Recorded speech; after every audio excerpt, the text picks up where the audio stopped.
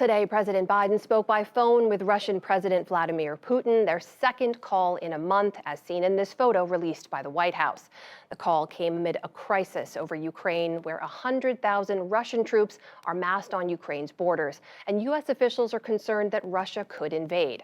Nick Schifrin is here now to tell us how the call went. Nick, good to see you. So you've been talking to your sources, the administration. What are they saying about that call? A senior administration official who just briefed reporters called the call, quote, serious and substantive, a kind of setup for the tone and tenor for in-person discussions between the U.S. and Russians and their allies in early January. It lasted about 50 minutes and was made at the request of Vladimir Putin, which is unusual, and took place after 11 p.m. in Moscow.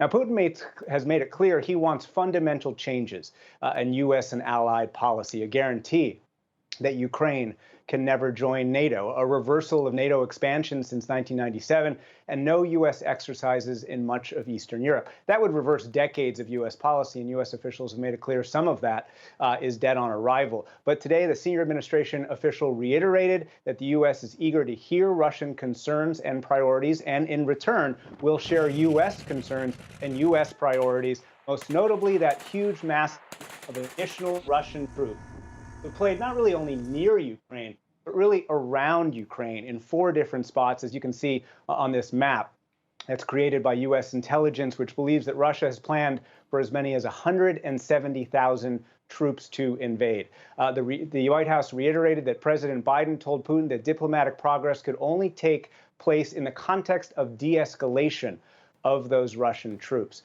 And Amna, a few minutes after the call ended, just before 6 p.m. Eastern, Russian state-owned media quoted a senior Russian diplomat as claiming that President Biden promised not to send any, quote, offensive weapons to Ukraine. At this hour, the White House has not responded to that claim, but in general, Amna, U.S. officials refer to the weapons they send to Ukraine as defensive, not offensive. So, Nick, the U.S. says to have any progress, they need to see de-escalation from Russia first. Is there any chance of that happening?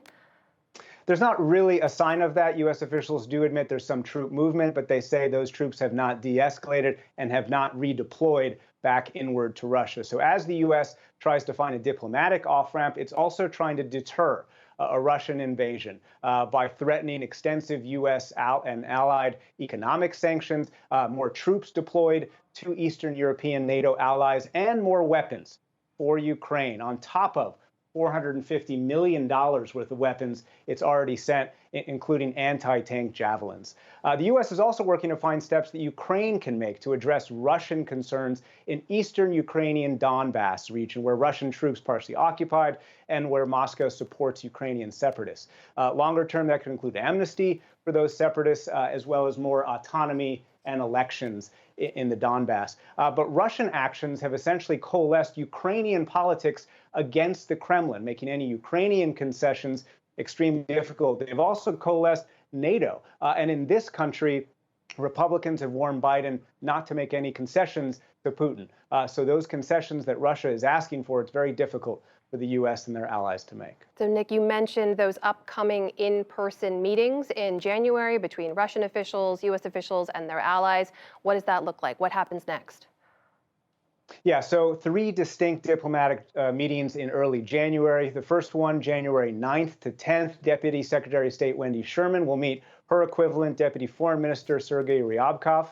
On January 12th, NATO and Russia will meet to discuss Russian demands of the future of NATO. And on January 13th, the Organization for Security and Cooperation in Europe, or OSCE, which includes the Russians, the U.S., and the Ukrainians, will meet, allowing the Ukrainians to be at the table. Amna, the stakes are high. Putin could still decide to invade, according to U.S. officials. And as the number 3 State Department official told us on the show just a few weeks ago, if democracies stand by and allow that invasion to happen, it will embolden autocrats everywhere. And that's why the U.S. is so concerned and so looking forward to that diplomacy in early January. That is Nick Schifrin with the very latest on that call just today between Presidents Biden and Putin. Nick, thank you so much.